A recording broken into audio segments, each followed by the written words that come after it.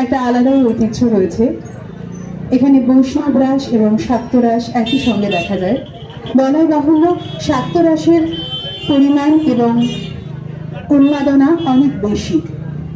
এবছরের রাসের একটা আলাদাই সুন্দর শহরকে গড়ে তুলেছে প্রত্যেকটা বারোয়ারি, আলাদা সুন্দরভাবে সাজিয়ে তুলেছে শহরকে।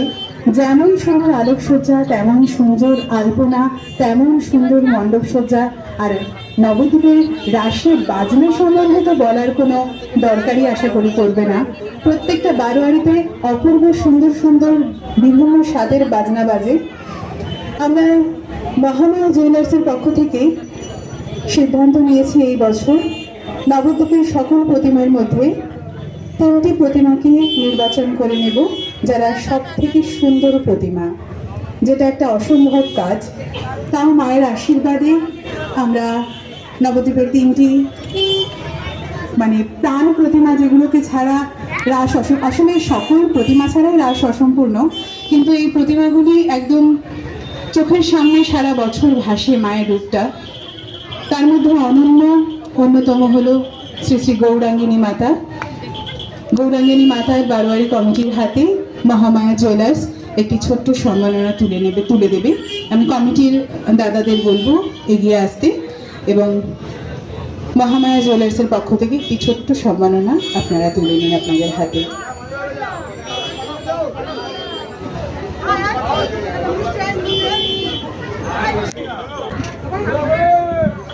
সকলে চলে এসো, যারা যারা রয়েছে প্রত্যেকেই চলে এসো। আমাদের খুব ভালো লাগবে সকলের হাতে যদি আমরা এটা একবারে তুলে দিতে পারি।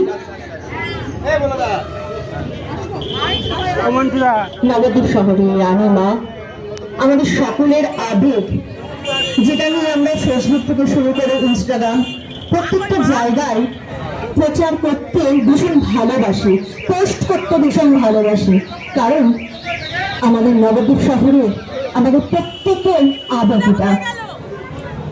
এই বারোয়ারি একবার না আসলে বা একবার দর্শন না করলে রাস মনে হয় কমপ্লিট হয় না। তাই এই মুহূর্তে আমরা মহামায়া জুয়েলার্সের পক্ষ থেকে শ্রী শ্রী গৌরাঙ্গিনী মাতা পূজা মণ্ডপে এসে উপস্থিত হয়েছে। মহামায়া জুয়েলার্সের পক্ষ থেকে একটি সম্মাননা শ্রী শ্রী গৌরাঙ্গিনী মাতার সকল সদস্যদের হাতে আমরা তুলে দিচ্ছি।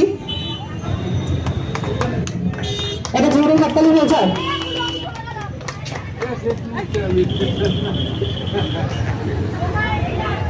তার পাশাপাশি এটা না বললে না, যে এবছর